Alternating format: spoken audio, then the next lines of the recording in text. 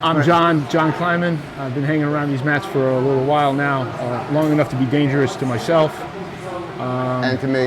Every morning like clockwork, I get a beat down because I don't watch the Happy Pill Project. And you also don't hit the like button and you don't share it with any of your friends. Subscribe? Why would I subscribe to anything like that? Only because you don't have anybody who likes you enough to receive your text message. Exactly. And you know, there's something about getting submitted all over the place by these guys who watch the Happy Pill Project. I don't know. Yeah. Yo, don't listen to a thing he said. John's a beast. Like, share, subscribe. So we have been working this this shelving pass, right? Okay, we've been doing this, right? So I want to add variations to it. And how we left off, we did a bunch of different variations on this. One where we just dropped our knee and we took a back step, and then we stabilized the side control position from here, right? One where I drove my knee line in here and I went vertical and I came back. We did one where we were kind of like this and he's blocking both sides, so I shoot the body line forward underneath and I would come back to get rid of this. And we went through a bunch of different ones, and we went through that pocket, a bunch of different ones, okay? What's going to happen now is that we got to get comfortable going all the way to the other side also. So we're going to do the drill, but we're also going to add, without too much detail, every time that we get to the other side, a submission. And I'll explain right now. Okay, what ends up happening is you're like this, okay? And the moment you start driving like this, he starts pushing that elbow. So as I'm pushing, see my hand right here? My hand's gonna touch this mat. No, I can't do anything about it because he's pushing my elbow and I'm rotating like this, okay? Try your best, and if you don't succeed, it's not a big deal, okay? And I'll explain right now. We'll go super slow. I'm like this, and he's pushing that elbow. So let's focus this first here. As I'm backstepping, I'm catching this elbow right here because he's going to keep pushing me. But as I'm pushing, I'm coming right here. And now I have that elbow on this side, right? So if you see on the backstep, I caught the elbow early. So let's go back and focus on other parts for a second now, right? So as you drove like this, and Ethan is here and he's pushing, and I'm here like this, my hand just touched this mat. Remember, my momentum is going this way. So even if you're off there, sometimes as you backstep, you're going to catch this spacing back because you're going this way. So as I'm coming this way, stay right there. There's two things I want you to do. This should only be 2 steps, okay, on this side, because you drop this knee, right? And that's not a step.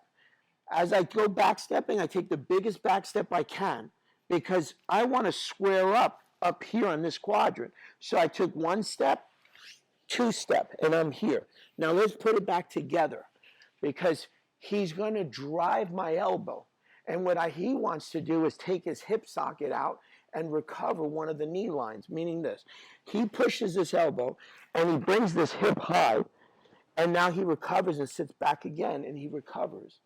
So I want to get by that hip, right? So as you're dropping this, and he's pushing, stay right there for me. Let's go super slow so everybody understands what's happening.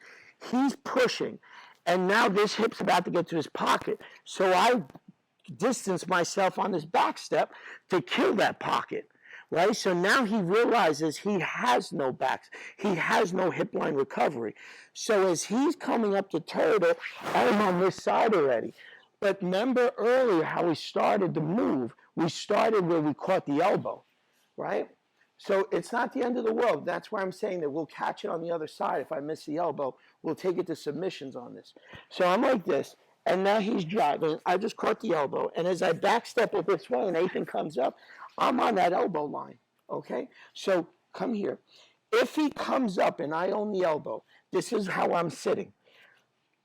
There's a high probability, okay, that you will get this man over just by pure mechanics. He has no stability point on this side. I'm pulling his elbow through the pocket.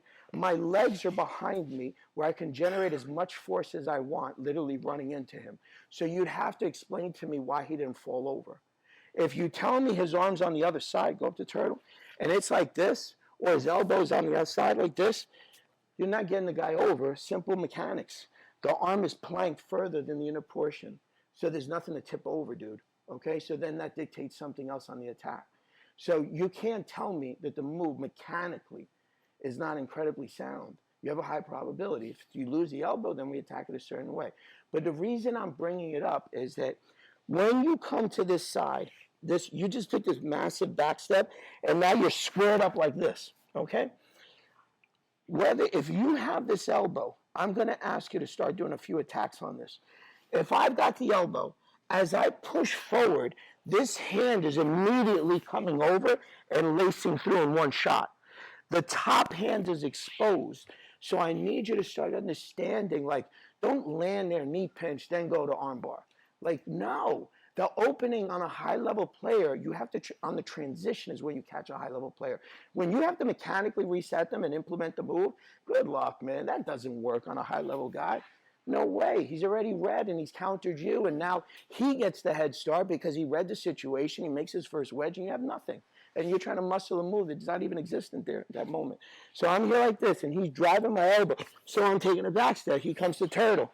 Boom, I caught that elbow on that side. So if you can see it, my hands are on that exit, my hands are here. I'm driving in. Upon the collapse, I'm in on a knee pinch, lacing top hand. Now I'm going right back into my arm bar. I'm going into a Kimura. Okay, let's start with that one, and we'll add a bunch of different ones. Let's rock, okay? Because the turtle position at the Worlds is an advantage, right? And now you have an opportunity to score points. An advantage is like playing poker. You know, it's like, hey, I got 5 advantages, you have nothing, or we're 2-2, and I got 4 advantages, you got 2. I win, right? So I'm asking you to beat him on the line, because if when he comes up to turtle, I want to be able to get my first scores, or potentially hold side control pin, or drive it all the way to the other side. And the one I explained, where you drove it so far this way, and now I caught this, and I'm landing here, and I'm going, okay, I'm here, and I'm driving forward, and I'm going, okay, I caught the head now, and now we're here side control, I just passed. Now I didn't get advantages, I got points, okay? So let's go back a second. I just want you to start getting into this repetition phase where you're just going drop, back step, drop, back step, drop, back step. It's the same thing as that long back step in gi playing. It's the same thing. Okay, I'm coming like this. Now I'm going to ask you to go to the other side, but you don't have an elbow. Okay? So if you don't have an elbow, I don't want him to start doing recoveries. Okay? So I'm going to keep it super simple. And I'm going to ask you to do, I'm not going to go into crazy detail. I'm going to ask you to do a darce or a guillotine. Okay, and you could do them both off of this drill pattern. So you're like this, and now I just dropped, and Eighth is driving, and I'm coming up like this, and he's coming to turtle. As I land here, my first reaction is to bite on here. This hand has access to the neck, right? I don't know if my hands will connect together. I don't know. I know I could put my hand here, and I know my hand is here. Those are the 2 givens that I know I own. So it's very likely, I'm literally, you got to be blind. If you can't do this, take this hand and latch onto this elbow and keep yanking it out. Okay, this hand, hopefully I can put my hands together later, but I don't know. I have no idea. So I'm going to ask you, let's go back 1 second, where I'm like this. I'm taking his back step. We'll go super slow. I'm taking his back step, and Nathan's coming to turtle. I'm dropping my head, and I'm pulling out this arm right away, because now we go into our darces, right? I'm going to ask you to do one. It doesn't have to, I'm not even going to go into any detail with it. We're just going to ask you to do one where I roll over. On the other side, I collect the elbow, I finish. Okay? Pretty simple. Right? I'm just getting into the flow patterns, because I don't need you to stop. I need you to attack when you land there. And I just explained why before, because a high-level guy, that's when you catch that guy, right? If you have to mechanically set and then, like, no, you showed me everything. You showed me all your cards. I know exactly how you're going to play the game, right? On the second one, I'm going to ask you to go to guillotine. So on one, we pulled his hands. We made a connection. We'll go back a second. So on this guy, when you're here, backstepping that guy, right, and he's driving, and you come up, and you're like this, and now I just bit onto this elbow. And now when I'm trying to make this connection, he yanks back. So now I slide back in for my guillotine, okay? So you start to understand, like, okay, I kept beating this line. You okay on the neck? Yeah, sorry about that. It's, yeah. You just try to be light on that when you crank in. Don't be a jerk. You know the patterns, right? So let's keep, because there's so many, and they're all going to be dependent on how he moves, and we can go back this way and attack this leg, but we're only going this way right now. So I told you one was, hey, I went like this. I took this left arm, and I just learned how to duck myself underneath here. And no, don't go. And I just landed, and he doesn't know much. and I just square back up, okay? And now this time when I go, right, I come like this, and the moment I land in his leg, he puts on my hip, right? And he's stopping my hip from coming. And I just can't, so I was here with this kneecap up here trying to do this back step. Okay, so I don't go any further. I just slide my knee through, and I either back my head out, or depending on where this is sitting on my neckline, if you want to just do it simple, right, I could just back my head out and come right back in, right?